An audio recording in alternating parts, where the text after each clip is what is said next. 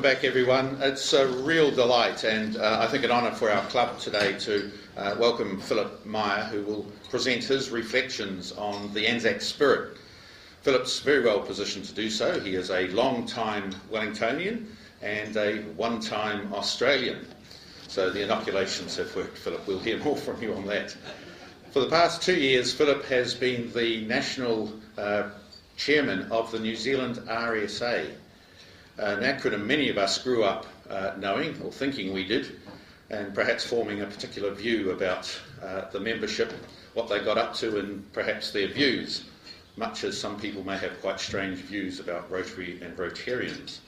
And I think Philip might have a word to say about how today's RSA has a new meaning, which may surprise some people.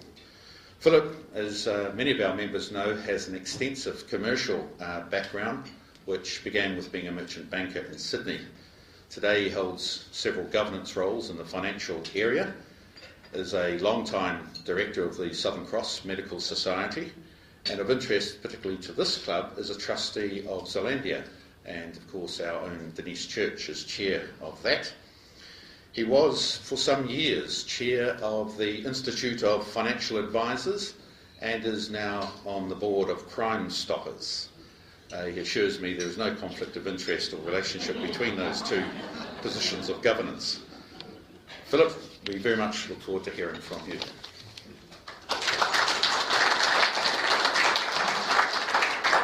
Thank you very much indeed, and thank you very much for the kind welcome.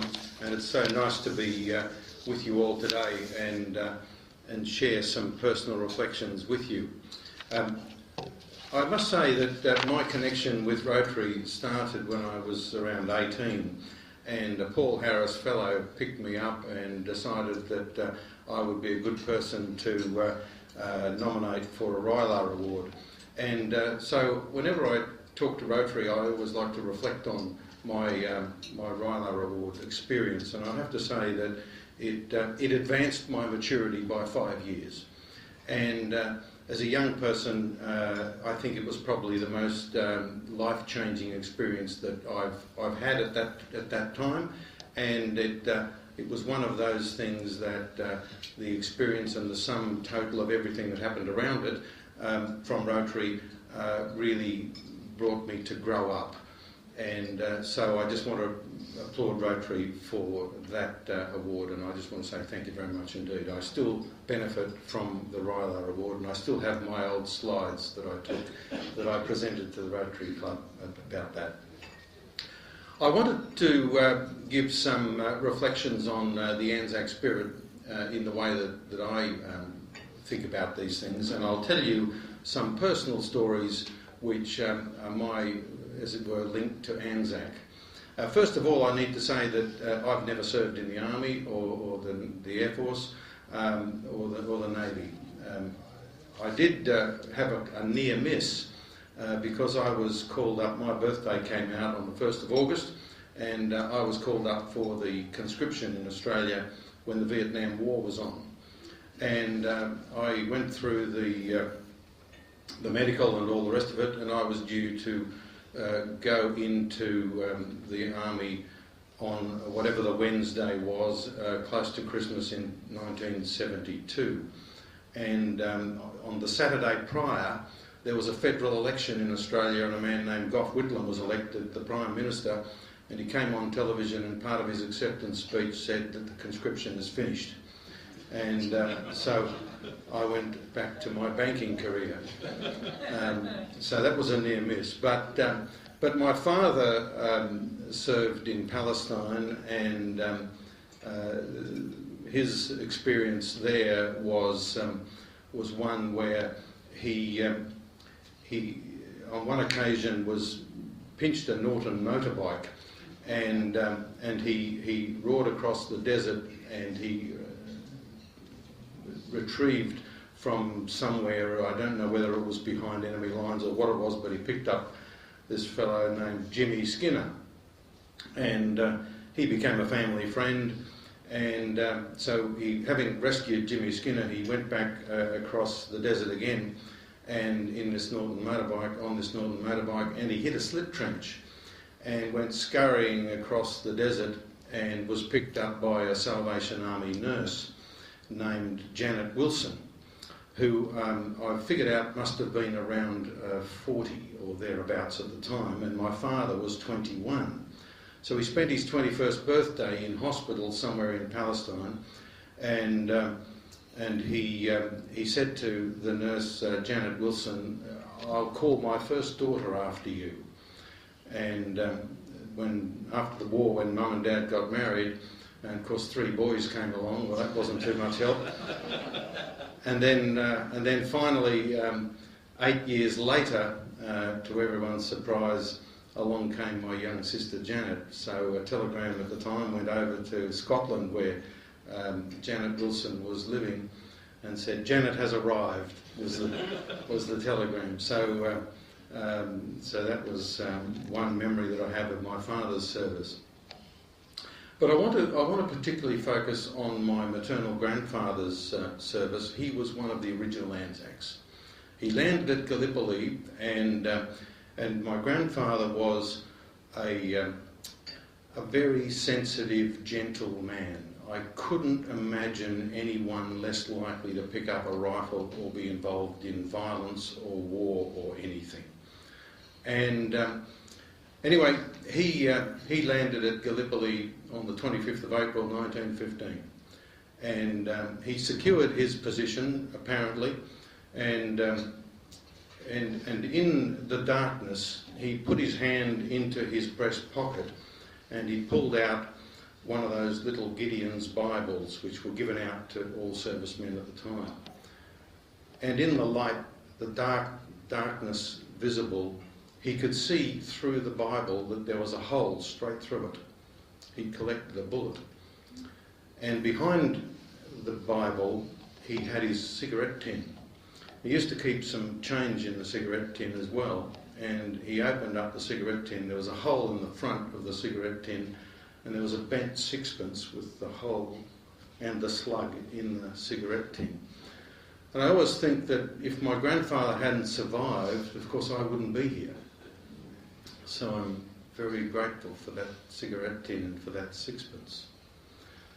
But I'll return to the story of my grandfather, because I think that probably leads me to the current role that I have with the RSA in a vicarious sort of way. But let me share with you some slides that I brought from a recent trip to Gallipoli. This is the Anzac Cove. This is the steep climb that the Anzacs found themselves when they landed at Gallipoli. It's an almost impossible climb up the hill, and so this was, as you all know, the difficulties that they faced as soon as they hit the shore. Behind the beach there is this structure, which is this mountainous thing called the Sphinx, and of course on the left-hand side to you is where the Anzacs were trying to get up to get onto the ridge, and it was somewhere in the shadow of the Sphinx was where my grandfather pulled out the Gideon's Bible. So he'd probably been a pretty fit young fellow. My grandfather was born in 1894, so at Gallipoli he was in 1915. He was 21. But it's a very moving place. This is Lone Pine, and it's a place just full of graves. And the stories on the tombstones at Gallipoli, at Lone Pine, are very moving indeed. And the youth that are buried there is a real tragedy, and it points out the poignancy and the tragedy of war. I was told on my visit that at Lone Pine the Turks and the Anzacs fought for 10 months, and they went back and forth, and neither gained the length of a tennis court in their battles. But some 2,000 people were killed every day for 10 months. So it's a horrific, terrible loss of life. This is a trench from the high ground up near Chunuk Bair, if anyone knows the story there. It was just at this trench that quite an interesting event occurred. Apparently an Aussie was going to make a charge, and he was hit by the Turks. He was wounded, but the Aussies couldn't get to him to give him first aid. And so, as it says on this memorial of valour and compassion, the call came from the Turks that everyone would stop fighting.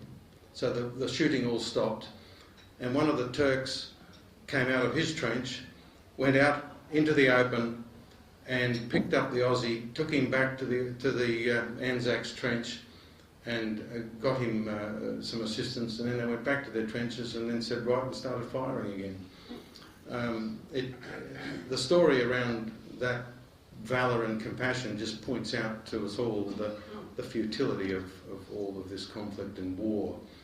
And one of the things that really brings it home, brought it home for me anyway, was the number of names on the wall, the memorial wall at Lone Pine. It just goes on and on and on, and these poor young people who died at Lone Pine. But the Kiwis were a determined lot, and they did get the high ground, and they did eventually secure Chunuk Bair, which is right at the very top. And this memorial is to those Kiwis who retained the summit and got won Chunuk Bair. They handed the possession over to the British, who lost it again, and that's why we have the Turkish memorial there, because they took it from the British, and then the Kiwis had to try and win it back again. But one of the most poignant things about Chunuk Bair is the inscription on the New Zealand memorial. It says, "They came from the ends of the earth." And it made me wonder why on earth we were coming from down under to go and invade someone else's land and take over and be involved in this whole thing. Now, we all know why we were there, because we were a dominion of the UK, and when they said that we were at war, then we were at war. But it did make me think, you know, why should we get involved in anyone else's wars? It says there that the Expeditionary Force, you may not be able to read it from the back, in honour of the soldiers of New Zealand Expeditionary Force, the 8th of August 1915, which was the day that they secured the high ground at Chunuk Bair. And this sad tribute to a trooper in the Light Horse Brigade is the 7th of August 1915, the day before, and the young fella's only 17 years of age, who was killed in the fight. And it says at the bottom, "He died a man and closed his life's brief day ere it had scarce begun." And you know, when you see that, it certainly makes the point. This next tombstone that I noted was a private who died on the 25th of April 1915. So he was one of the original Anzacs with my grandfather. He was aged 19. And it says there, "We who love you sadly miss you, his uncle and aunt and cousins in Australia." So it really brings the humanity of the whole thing. And then this last one that I want to share with you is a Turkish tombstone, and this one, he was born the day of my grandfather was born, and he didn't make it from Anzac, from Gallipoli either. So I think everybody suffered, and there are no winners out of the whole thing. But one thing I think that we did gain from it all, and that is we gained a sense of our nationhood. This is the Anzac Remembrance Site which is now able to accommodate a lot of people. And the Anzac Remembrance Site is a beautiful lawn overlooking the beach. It's just down from the steep hill at Anzac Cove. But you know, I was thinking about what this all means to somebody who's never served in the army and never been in a conflict like that. And I really think that in New Zealand and in Australia, the Anzac spirit has become embedded in everything that we do. It's that spirit of mateship that is deep in our culture. And I do think that it's a very protective element in our culture. And this we see everywhere, this mateship, this sense of looking after your neighbour. It's woven into the fabric of our very being. And that's why I think the RSA cares for those who have served. But this idea of a fair go and looking after your mates is something that certainly in my travel isn't the same in other lands. It really isn't. This idea of mutual support, of mateship and the culture of looking after each other is something that we probably take for granted in many ways. We've got no matter what side of politics you're on, we do have generous social programs to help those in need. Now, whether we do it well or whether we don't isn't the issue. We do have mechanisms where we want to support people in need. And I was caught up in Auckland a few weeks ago with all the fog when you couldn't land into Wellington, and I thought to myself here, I'm leaving my phone and my laptop on charge, and I'll duck off to the loo and I'll come back and I can be jolly sure that it's still going to be there. And you probably do the same thing, and you wouldn't do that in any other airport in the world, quite frankly. The spirit of looking after each other, the spirit of the person opposite will just look out, keep an eye on your gear or whatever, that's that spirit of mateship that we have, that we take for granted all the time. And I think that this embedded spirit of community and mateship is one of the reasons why Australia and New Zealand are pretty well exempted from a lot of the troubles that we see in other places overseas and in other parts of the world.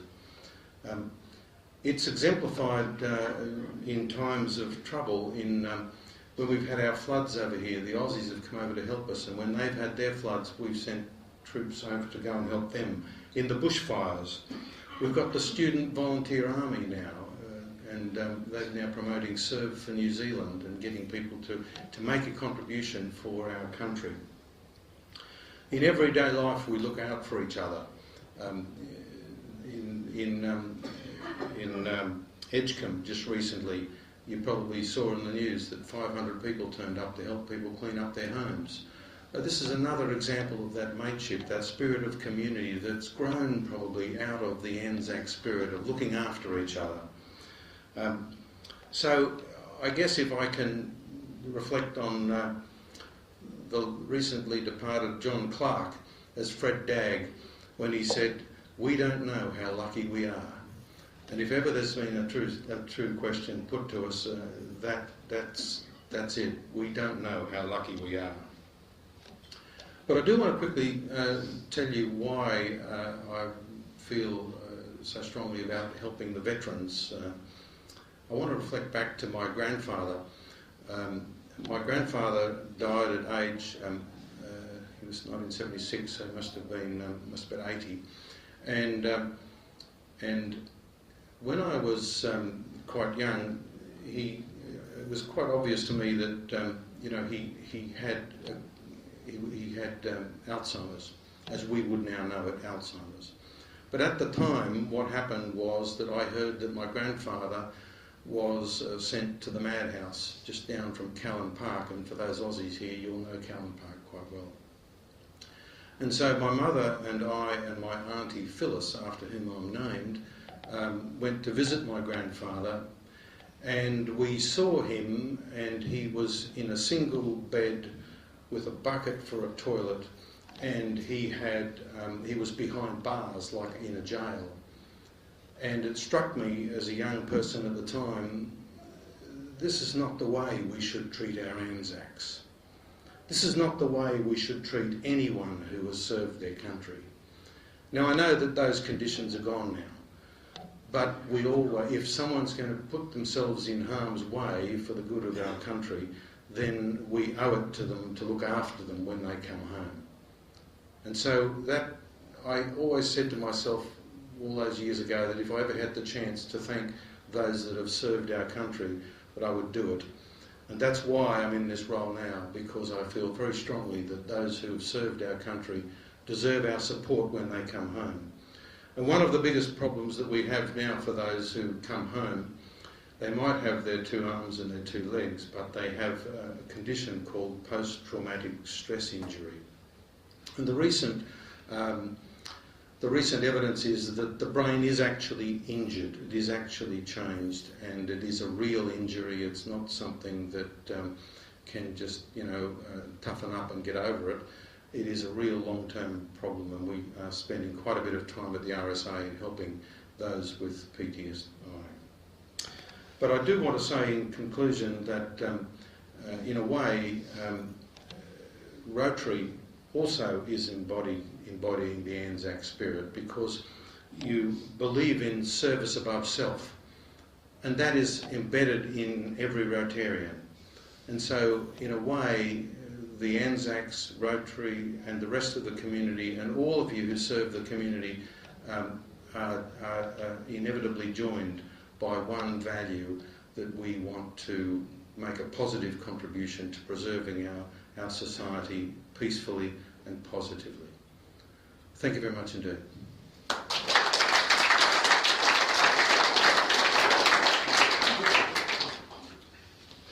Pleased to say that Philip is ready and willing to take some questions, so I invite any questions from the floor.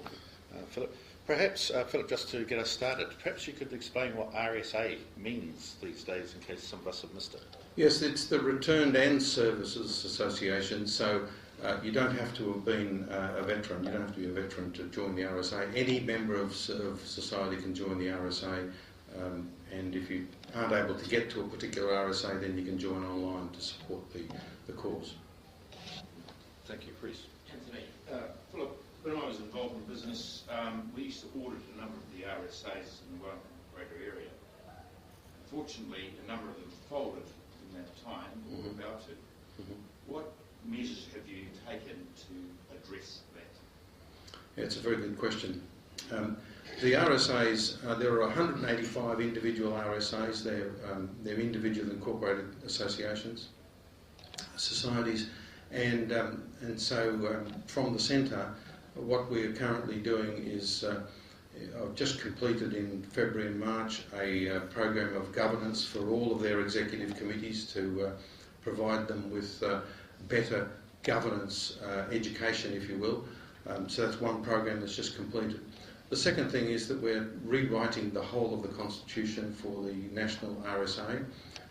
We are continuing to evolve that right now, but the principles and objects are going to be slightly changed to put more emphasis on not only sustainability of principles and objects, but also financial sustainability and to run in a sustainable way, so that they do have a future. And we've built into that a mechanism whereby if they're getting into trouble, then they are duty bound to report it to us, and then there's a mechanism for us to provide some assistance.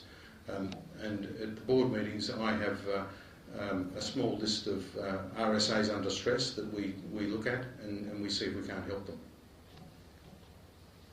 Any other questions? Oh, Lee. Thank you, Philip.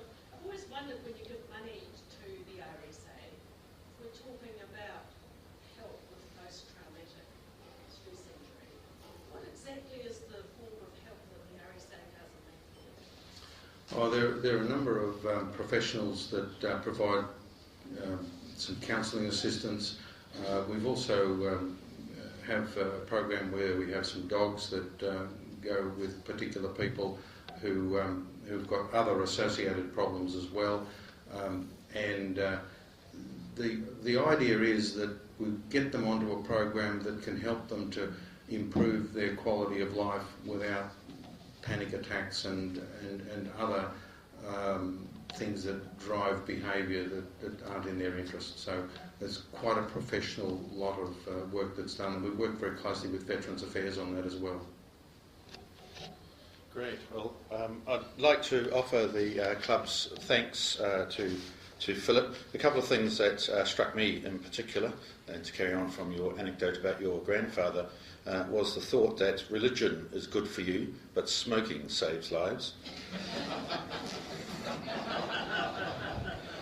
Sorry, Dean. But what I heard from you, and I'm deeply grateful for, is a very personal reflection. And I think every one of us owes that as a measure of respect to those who have fallen, to reflect about what they've done and why, and also how it has helped inform our societies develop over the years. So thank you for that personal reflection, and I hope it's something that we can all take away from here. And it guides us both in what we do today and also in our response to any big events that are happening in our country, in our local communities and internationally. So thank you very, very much indeed, and pleased to give you a thank you